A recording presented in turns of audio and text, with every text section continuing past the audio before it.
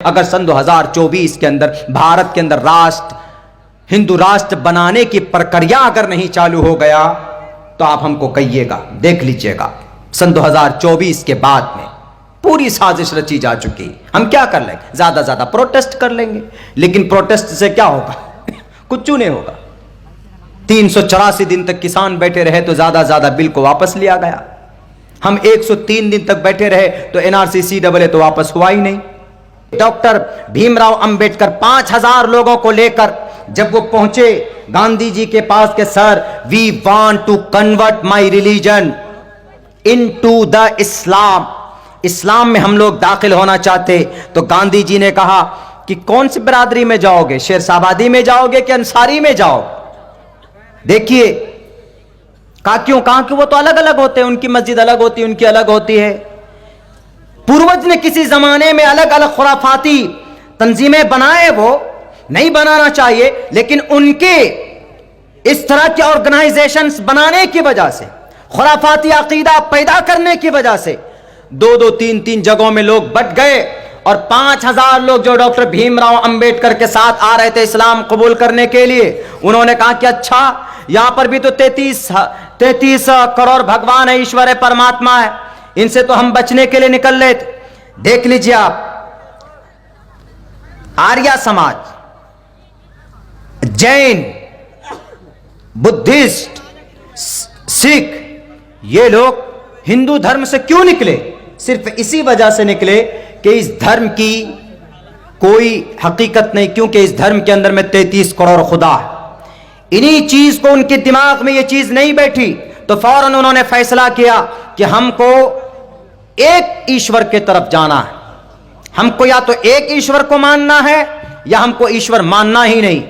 تو ان میں سے گوتم بدھ سدھارتھ نے یہ فیصلہ کیا کہ ہم کو ایشور ماننا ہی نہیں ہے، بس دھرم ایک راستہ ہے، آدمی جو اچھا اور برا کرے گا اسی حساب سے اس کی موت ہوگی. جین نے بھی یہی عقیدہ رکھا، لیکن پنڈت دیانند سرسوتی جی نے ایک بھگوان کا عقیدہ رکھا، دوسرے بھگوان کا عقیدہ نہیں رکھا. اور انہوں نے بہت خوبصورت منتر اپنی کتاب کے اندر شائع کی، شروعات کے اندر اوم شنو ورونا شنو مترا شنو بھوت وریما شنا برہما برہسپتی نمو برہمنے نمستے وایو تمیو پرتکشم برہماسی اوم شانتی اوم شانتی اوم شانتی، یہ منتر داخل کیا. اس کا مطلب ہے ذات ایک ہی ہے، ایک ہی ایشور سرو شکتیمان ادھا دیو مہان وسر دیامان، وہی ہے. انہوں نے یہ نوٹ کیا. اس کے بعد جناب سکھ پریوار میں گرو نانک جب آئے، انہوں نے کہا کہ ہم 33 کروڑ خدا کو نہیں مانیں گے. یہاں پر بھی انتشار ہے، ادھر کا بھگوان الگ، ادھر کا بھگوان الگ، ادھر کا مندر ان کا، ادھر کا مندر ان لوگوں کا، اس محلے کی مندر الگ الگ ہے. اسی لیے ہم الگ بنانا چاہتے. وہ ان تمام سے نکل کر اپنی ایک الگ آستھا، اپنا ایک الگ آدی گرنتھ بنایا. اس آدی گرنتھ کے اندر میں مول منتر درشایا، ایک اومکارا ستنام کرتا برت نرو نرویر اکال مورت اجونی سے بھنگر پرسادی. مطلب ایک ہی ذات ہے، اومکار ہے، جس کی کوئی باڈی نہیں، جس کا کوئی جسم نہیں ہے، ہمیشہ سے ہے. اکال مورت ہمیشہ سے ہے. هو الاول والآخر والظاہر والباطن، ہمیشہ سے ہے، ہمیشہ رہے گا. گرو نانک نے آدی گرنتھ بنا کر اسی دھرم سے نکلے، وہ الگ الگ دھرم کو بنایا. اگر ہمارے بھی برادری کے لوگ، ہمارے مسلمان بھی اگر بٹ جائیں گے، ہمارے اس جماعت میں بٹنے کی وجہ سے کتنا نقصان ہوا ہے ہمیں اور آپ کو شاید معلوم نہیں. اسی لیے میں ان مقررین سے گزارش کروں، ان وقتا سے گزارش کروں گا، ان خطباء سے گزارش کروں گا جو کرسی پر بیٹھ کر اختلافی باتیں کرتے ہیں، جو کرسی پر بیٹھ کر قوم کو بانٹنے کی باتیں کرتے ہیں. رہی بات جو صحیح مسئلہ قرآن کی روشنی میں، احادیث کی روشنی میں ہے، وہ 2 ٹوک لفظوں میں بیان ہونا چاہیے. وہ بیان کیجئے کہ صحیح مسئلہ یہ ہے، صحیح عقیدہ یہ ہے، بیان کیجئے. ضرورت ہے بیان کرنے کی، لیکن لوگوں کو ایک دوسرے پر کیچڑ اچھال کر بانٹنے کی کوشش مت کیجئے. زیادہ دن تک آپ کی یہ دکان نہیں چلے گی. جو لوگ دکان چلانا چاہتے ہیں ان کی دکان زیادہ دن تک نہیں چلے گی، ان کا پول کھل کر سامنے آئے گا. جو لوگ بھی منافق تھے، جو لوگ بھی تھے یہ جنہوں نے غداری کی تھی وطن کے ساتھ، قوم کے ساتھ، مذہب کے ساتھ، اللہ کے ساتھ، وَمَكَرُوا وَمَكَرَ اللَّهُ وَاللَّهُ خَيْرُ الْمَاكِرِينَ، لوگوں کے سامنے میں آج ذلت کے ساتھ ان کا نام لیا جاتا ہے.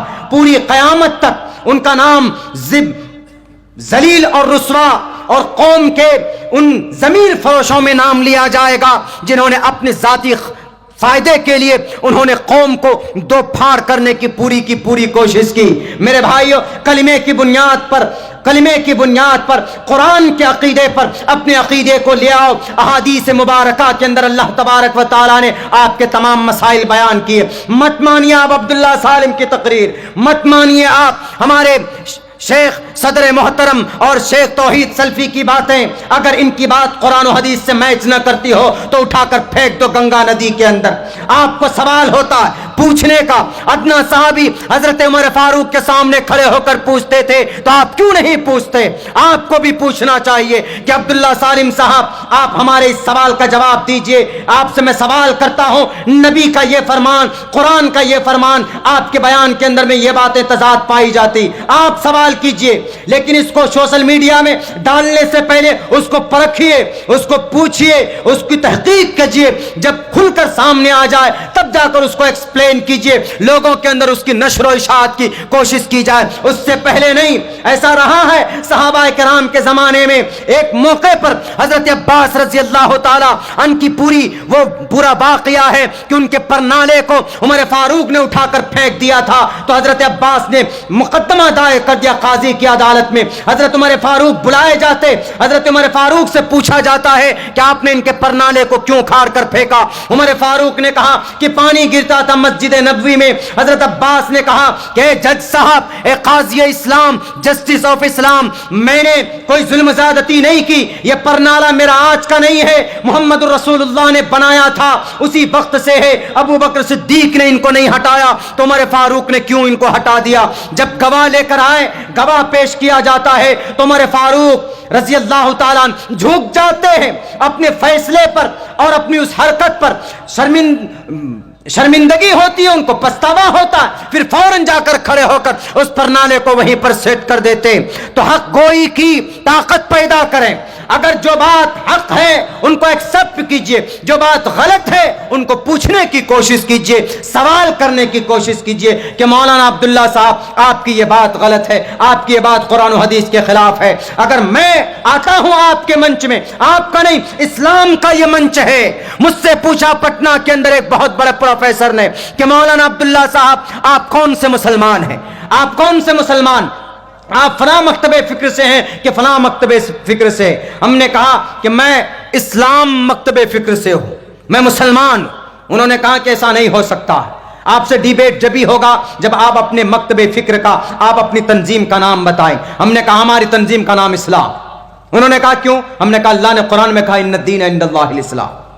ہم نے کہا کہ قرآن میں اللہ نے ہم کو کہا ہوا سماکم المسلمین، you are Muslim, I named you, I have named you, ہوا سماکم المسلمین، تو ہم مسلمان۔ بلا کہ پھر ڈیبیٹ کیسے ہوگا؟ ہم نے کہا کہ ڈیبیٹ تو ہوتا ہی نہیں، اگر ہم لوگ مسلمان ہوتے، اسلام کو، قرآن کو، شریعت کو دونوں ہاتھوں میں لے کر چلتے آنکھ بند کر کے، تو اختلاف ہی پیدا نہیں ہوتا۔ اور جب سے ہم لوگوں نے الگ الگ بنا لیے پلیٹ فارم، تب سے یہ اتنا بڑا واویلا کھڑا ہو گیا ہے کہ آج یہ قوم نرسنہار کے در پر ہے۔ 100 مرتبہ ہم نے تقریریں کی ہے، CAA it is unconstitution، equality before the law، the equal protection of the laws۔ جانتے ہو سنویدھان، پڑھو نہ جا کر سنویدھان، تب جا کر فیس بک پہ لکھنا۔ بہت آسان ہے مولانا عبداللہ کے خلاف الزام ترازی اور ان کو اس مسلک سے ایک دم بالکل بین کر دو، سیمانچل سے نکال دو، دیش سے بھگا دو۔ ہماری ان غلط کرتوت کی وجہ سے ایک داعی اسلام اس دیش سے چلے گئے نعمت عظما کے طور پر، لئن شکرتم لازیدنکم ولئن کفرتم ان عذابی لشدید۔ تبھی ہم پروٹیسٹ کرتے۔ پیس ٹی وی کہاں چلا گیا؟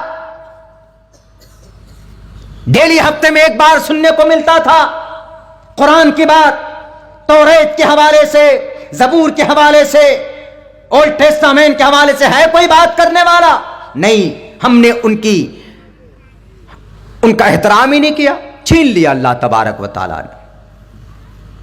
ہم پر بین لگا کر، ہم پر الزام لگا کر کیا کرو گے؟ ہم کو مائک سے دور کر دیں گے، کوئی بات نہیں، مائک سے دور کر دیں گے تو کیا ہم مر جائیں گے؟ نہیں مریں گے، انشاءاللہ دوسرا بہت سارا فیلڈ ہے، لیکن آپ اپنی خیریت مناؤ کہ اگر آپ بزدل ہو ظالم کے سامنے میں آپ کی زبان نہیں کھلتی ہے تو آپ کی آنے والی نسل گونگی اور بہری ہوگی، آدیواسی کی طرح زندگی گزاریں گے، دلت کی طرح زندگی گزاریں گے۔ بہرکیف جذبات میں نے بہت ساری باتیں بولی ہے، اس وقت میں بہت سارے لوگوں کو تکلیف تو ہوگی میری اس کلپ کو دیکھ کر کے، لیکن معذرت خواہ میری ذات پر حملہ کیا گیا، بہت زیادہ ہو گیا، بہت غلط بیانی سے کام لیا گیا۔ یہ تمام چیزیں میں خارج کرتا ہوں، ہمارے بیان سے ان کا کوئی سمبند نہیں ہے۔ غلط افواہیں، غلط باتیں پھیلائی جاتی ہے۔ ہم اپنے دیش میں رہتے ہیں، ہم اپنے دیش کی بات کریں گے، یہاں کی بارے میں جو غلط پالیسی ہم کو کیسے زندگی گزارنی اس کی رہبری کریں گے قرآن و سنت، قرآن و حدیث کی روشنی میں۔ ہم کسی اور کی بات نہیں کرنا چاہتے۔ بہت بہت شکریہ میرے نوجوان ساتھیوں، پھر سے 4 سال بعد آپ نے دعوت دی، 22.5 گھنٹے کا سفر کر کے میں پہنچا یہاں تک آپ لوگوں کے بیچ میں۔ اب بہت ساری غلط فہمیاں تھی، میں امید کرتا ہوں کہ اگر یقیناً امانت داری دیانت داری ہے تو آپ اس طرح کے مضامین سے ہم کو تو کچھ نہیں ہوگا، لیکن قوم کو 2 حصوں میں آپ بانٹ دیں گے۔